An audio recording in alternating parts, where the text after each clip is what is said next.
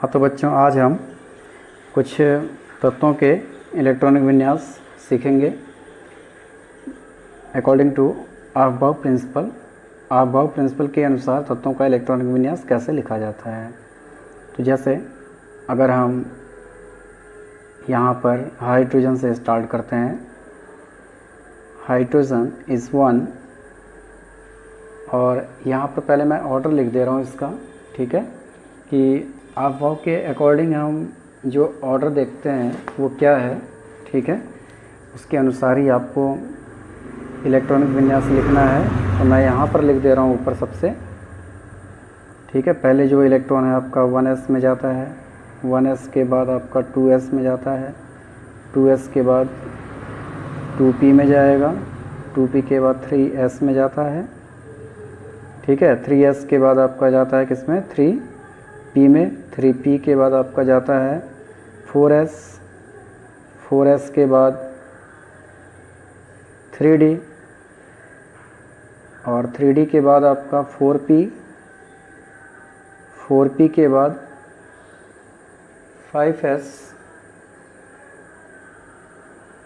ठीक है। आपको स्क्रीन पर शायद दिख नहीं रहा, स्पष्ट नहीं दिख रहा होगा, आप देख सकते हैं ऊपर 5s हो गया, ठीक है। 5s के बाद आपका आता है क्या, 5s हो गया 4d, 4d, और नेक्स्ट इज 4d के बाद आपका आएगा 5p, क्योंकि 5s तो हो गया आपका 5p, ठीक है। और 5p के बाद आएगा 6s, नेक्स्ट इज 6s के बाद 4f, और 4f के बाद आपका आएगा 5d, 5d के बाद आपका 6p आता है, और 6p के बाद आपका 7s आएगा, 7s के बाद आपका 5f, और 5f के बाद 6d, ठीक है। ये आपकी सीरीज है। तो इस सीरीज में इलेक्ट्रॉन आपके भरते हैं, पहले 1s 2s। तो इस तरीके से हम इलेक्ट्रॉनिक विन्यास लिखेंगे। हाइड्रोजन का एटॉमिक नंबर 1 होता है, इट मीन्स 1, पहले इलेक्ट्रॉन आपका पहले में जाएगा और s सबसेल में जाएगा। s सबसेल में मैक्सिमम 2 इलेक्ट्रॉन होते हैं, ये आप ध्यान में रखिएगा हमेशा, ठीक है, कि s में आपके जो इलेक्ट्रॉन होते हैं 2 मैक्सिमम, p में आपके 6 होते हैं, d में 10 होते हैं, एंड f इज़ 14। तो 1s 1 हो जाएगा। ये जो ऊपर लिखा रहता है ये इलेक्ट्रॉन होता है, और ये इसका क्या है, कोस है, ठीक है, किस, ये प्रिंसिपल क्वांटम नंबर है। हाइड्रोजन के बाद next is helium, helium is 2, then 1s2, lithium 3, 1s2, and अब देखो 1s2 हो गया ना, 1s2 के बाद आप किस में आएंगे इलेक्ट्रॉन, 2s। लेकिन अब यहाँ पर देखिए, आप थोड़ा ध्यान से देखिएगा, 1s2 है, s सबसे है, तो s सबसेल में मैक्सिमम 2 इलेक्ट्रॉन होते हैं। तो ये तो यहाँ पर कंप्लीट हो गया ना। देखो आपको हमने पहले बताया था कि जितना एटॉमिक नंबर होता है उतना ही उसके क्या होंगे, इलेक्ट्रॉन्स भी होंगे। अगर यहाँ पर एटॉमिक नंबर 3 है इसका, तो इसका मतलब इलेक्ट्रॉन भी इसमें कितने हैं, 3 हैं। तो ये आपका इलेक्ट्रॉन है, 2 इलेक्ट्रॉन तो आपका ये हो ही गया। अब जो तीसरा इलेक्ट्रॉन होगा वो किस में जाएगा, आपका 2s में जाएगा। तो आप इसको लिख सकते हैं 2s1, 2 1 3 आपका कंप्लीट हो गया। तो लिथियम के बाद आ गया आपका नेक्स्ट आपका बेरिलियम 4, देन 1s2 और 2s2, ठीक है, 2 और 2 4। बोरान इज़ 5, तो ये हो जाएगा 1s2, 2s2। अगला जो इलेक्ट्रॉन है 2p में जाएगा, तो 2p 1, carbon is 6, then 1s2, 2s2 और 2p 2। तो इस तरीके से चलिए, इसके बाद है कार्बन हो गया आपका। कार्बन के बाद नेक्स्ट इज नाइट्रोजन 7, इसका हो जाएगा आपका 1s2, 2s2, 2p3। अब देखो ये p जो है आपका फिलअप होगा कहाँ तक, 6 तक जाएगा इसमें electron. Oxygen 8, then 1s2, 2s2 and 2p4, ठीक है। ऑक्सीजन के बाद आपका 9 is fluorine 9, then this is 1s2, 2s2 and 2p5। Fluorine के बाद आपका नियॉन है, neon is 10 and 1s2, 2s2 and 2p6, complete हो गया। नेक्स्ट इज सोडियम आएगा आपका 11, 1s2, 2s2, 2p6, कंप्लीट हो गया। 6 4 10 इलेक्ट्रॉन तो हो गए, 11 इलेक्ट्रॉन है। तो 11वां इलेक्ट्रॉन आपका किस में जाएगा, देखो 2p के बाद किस में जाएगा, 3s में जाएगा, 3s1। सोडियम इज के बाद आपका मैग्नीशियम नेक्स्ट है, magnesium 12, 1s2, 2s2, 2p6, 3s2 हो जाएगा। Next is aluminium 13, 1s2, 2s2, 2p6, 3s2 तो हो गया आपका। अब 3p पे जाएगा, ठीक है, अगला इलेक्ट्रॉन p में जाएगा, देन 3p1। तो 6 4 10 2 12 1 13, ठीक है। सिलिकन इस 14, तो सिलिकन का हो जाएगा 1s2। बस एक एक इलेक्ट्रॉन आपका ऐसे फिलअप होते रहेगा। 2s2, 2p6, 3s2, 3p2 हो जाएगा, ठीक है, silicon. Next is phosphorus 15, 1s2, 2s2, 2p6, 3s2 और 3p, कितना, 2 के बाद 3 इलेक्ट्रॉन। फास्फोरस हो गया आपका, ठीक है। इसके बाद नेक्स्ट इज सल्फर 16, तो 16 is 1s2, 2s2, 2p6, 3s2, 3p4, ये 6 तक जाएगा। नेक्स्ट इज क्लोरीन 17 आपका क्लोरीन है, and 1s2, 2s2, 2p6, 3s2, 3p5। Next argon 18, 1s2, 2s2, 2p6, 3s2, 3p6। तो यहाँ से आपका ये कंप्लीट होता है। इसके बाद कुछ और आगे देखते हैं। आर्गन हो गया आपका। Next is potassium 19, this is 1s2, 2s2, 2p6, 3s2, 3p6। अब देखिए 3p6 के बाद इलेक्ट्रॉन किस में जाएगा आपका, 4s में जाएगा, then this is 4s1। Next is calcium Ca, this is 20, तो ये क्या हो जाएगा, 1s2, 2s2, 2p6, 3s2, 3p6 and 4s2। Next is scandium 21, 1s2, 2s2, 2p6, 3s2, 3p6, 4s2। ये तो कंप्लीट हो गया ना। अब 4s के बाद अगले उसमें किसमें, 3d में जाएगा, तो 3d1 scandium. Next is titanium 22, 1s2, 2s2, 2p6, 3s2, 3p6, 4s2, 3d2। Vanadium हो जाएगा आपका 1s2, 2s2, 2p6, 3s2, 3p6, 4s2 and 3d3. Next is chromium. This is very most important.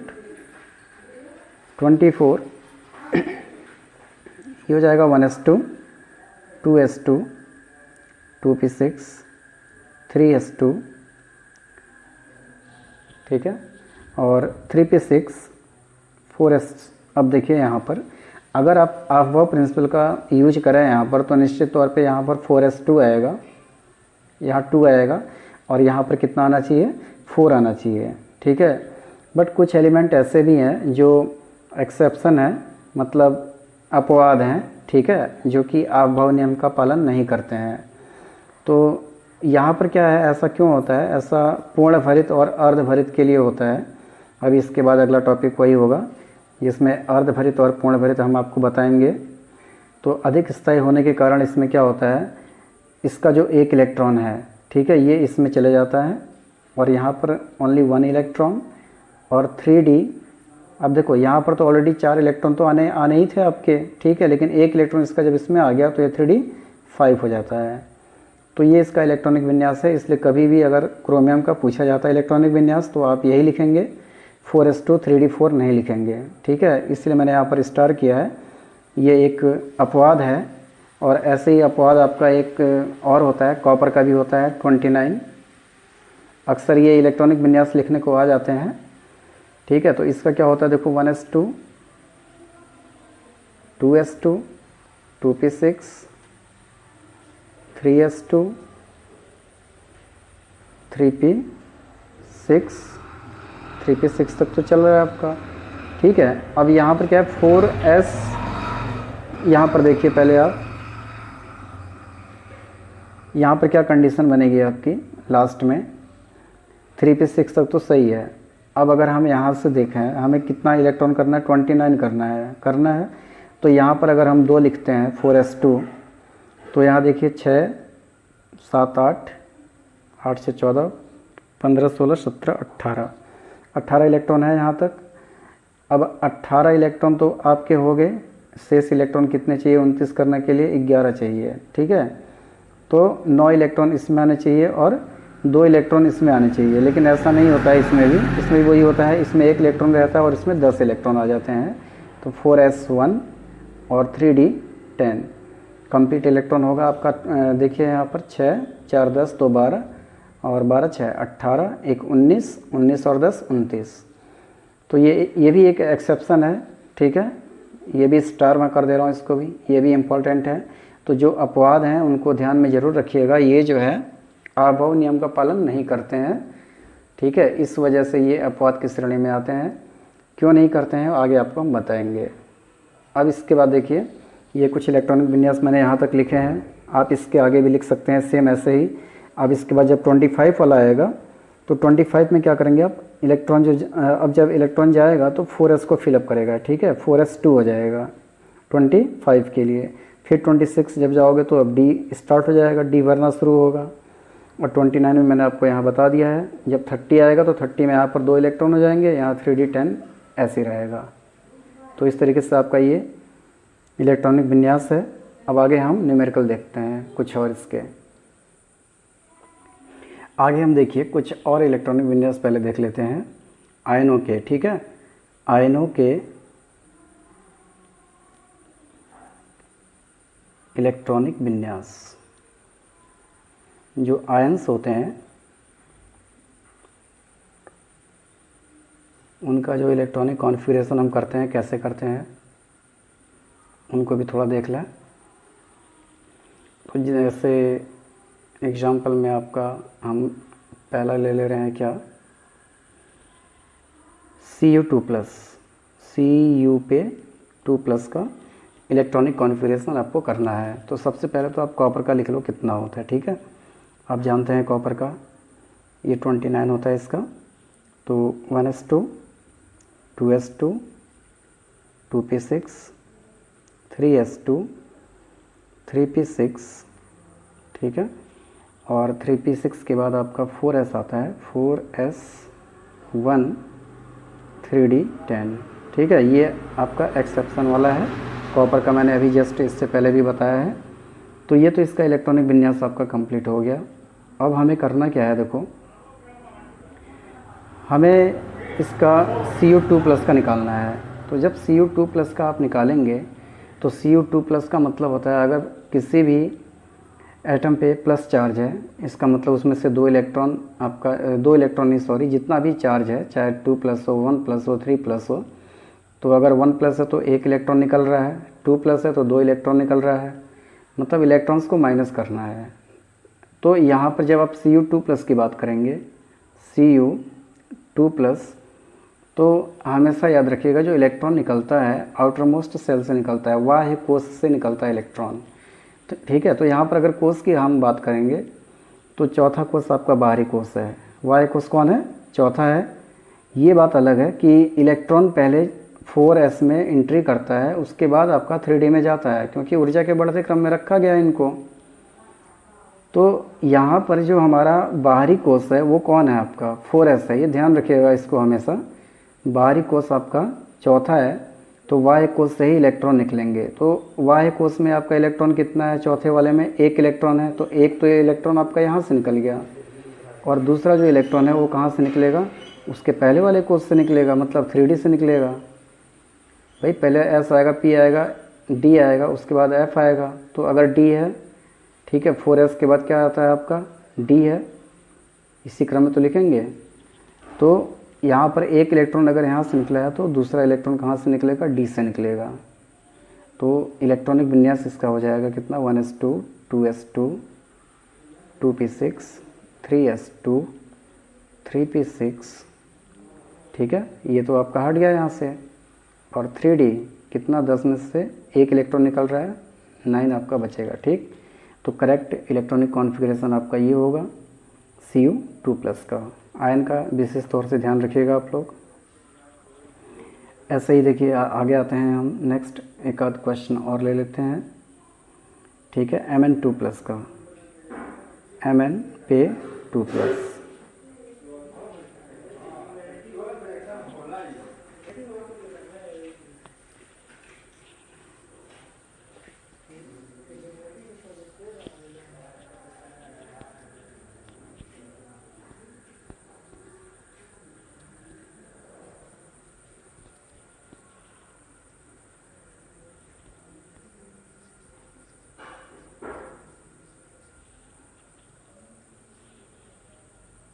कितना मिनट हो गया, 17।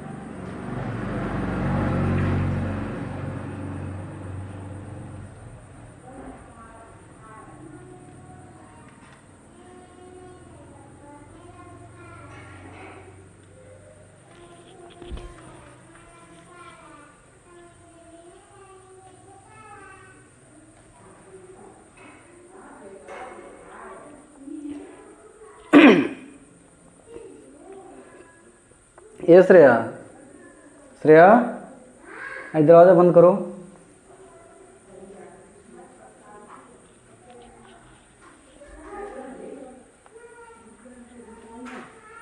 ए बेटी श्रेया,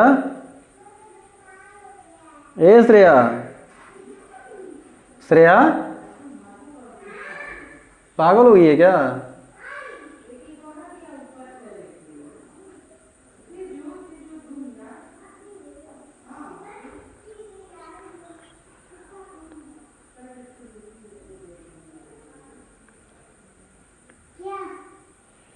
बंद करो दरवाजा।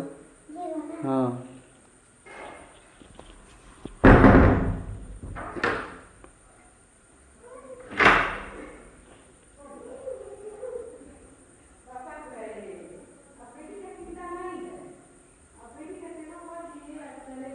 अरे यार तुमसे बनाने नहीं दोगे क्या? कह रहा हूँ 10 मिनट रुक जाओ, वीडियो बना लो, उसके बाद करना हल्ला।